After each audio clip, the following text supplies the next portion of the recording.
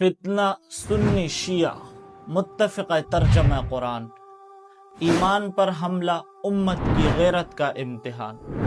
الحمدللہ غیرت مند مسلمانوں نے سوشل میڈیا کے ذریعے اس فتنے کا پردہ چاک کر دیا ہے۔ یہ وہ فتنہ ہے جس کا مقصد آنے والی نسلوں کے ایمان پر ڈاکہ ڈالنا ہے، لا علم عوام کے ذہنوں میں باطل کا زہر گھولنا اور حق اور باطل کے فرق کو مٹا دینا ہے۔ یہ فتنہ کیوں خطرناک ہے؟ مذہبی دھوکہ۔ شیعہ اور اسلام دو الگ دین ہیں۔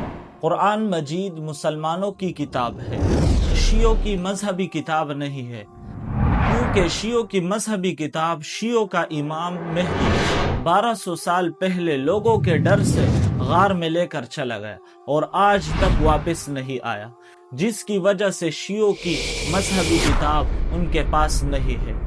دونوں کے عقائد اور نظریات میں زمین اور آسمان کا فرق ہے۔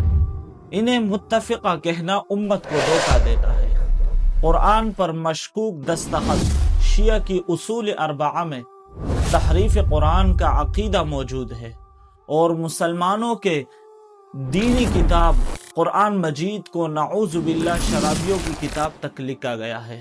ایسے اسلام دشمن مذہب سے ترجمہ قرآن کی تصدیق لینا قرآن کی بے حرمتی ہے اور اس کے تحفظ پر حملہ ہے۔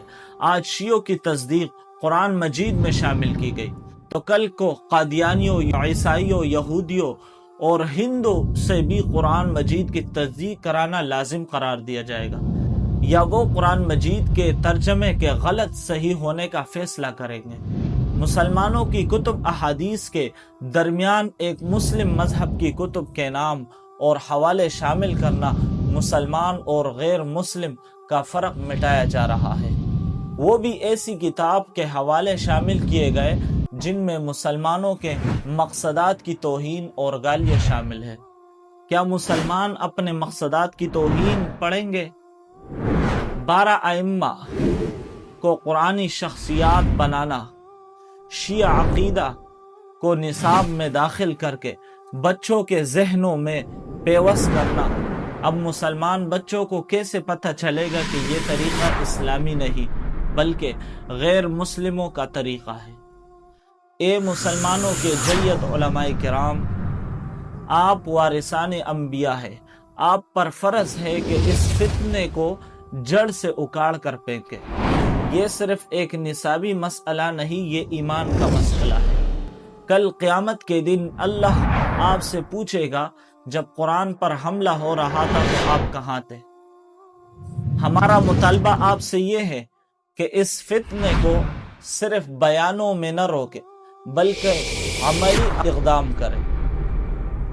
حکومت اور تعلیمی اداروں پر دباؤ ڈال کر اس نصاب کو ضبط کروائے۔ مسلمانوں کے تینوں مسالک دیوبند، بریلوی، اہل حدیث کے جید علماء پر مشتمل کمیٹی تشکیل دے۔